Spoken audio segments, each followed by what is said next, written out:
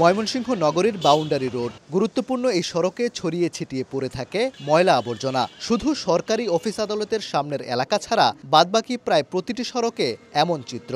নগরীতে কোনো ডাস্টবিন না থাকায় সড়কেই ময়লা ফেলেন বাসিন্দারা। চলাফেরা করতে খুবই সমস্যা হয়, দুর্গন্ধের জন্য এখান থেকে যাতায়াত করতে পারি না আমরা। এটা 12টা বেজে যায়, নেয় না, দুপুরেও দেখি অনেক সময় ময়লা এখানে থেকে যায়। সিটি কর্পোরেশন এত বছর হয়েছে, এখনো ডাস্টবিন হয় নাই। তবে বর্জ্য ব্যবস্থাপনার আধুনিকায়নে নেওয়া হয়েছিল প্রকল্প।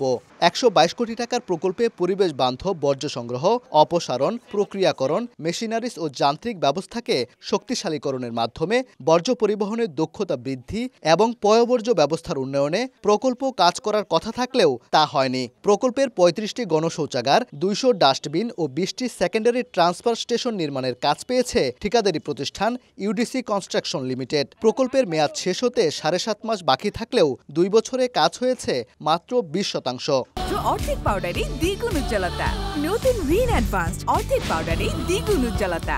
জনবহুল প্রয়োজনীয় স্থানে এমন স্থাপনা তৈরি না করে নদী তীরে এই স্থাপনা করায় ক্ষোভ প্রকাশ করেছেন স্থানীয়রা। আমাদের ময়মনসিংহের প্রাণ ব্রহ্মপুত্র নদের উপর একটা পাবলিক টয়লেট হইতেছে, এটা মানে আমাদের হাসি ছাড়া আর কোনো উপায় আমরা দেখি না। হেনু বাজার আছে, হেনু বাথরুমের দরকার, কিন্তু তো বাড়ি করে বাথরুম আছে, কিন্তু তো দরকার নাই।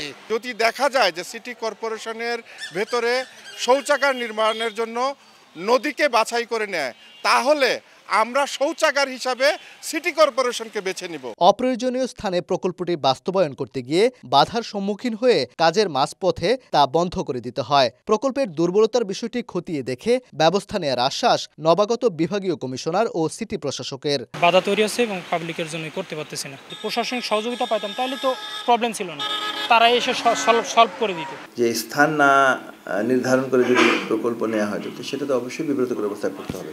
আর অধিগ্রহণ তো সবথেকে জটিল প্রক্রিয়া। 2022 সালের জুলাইয়ে শুরু হওয়া ময়মনসিংহ সিটি কর্পোরেশনের প্রকল্পটির মেয়াদ আগামী বছরের জুন পর্যন্ত।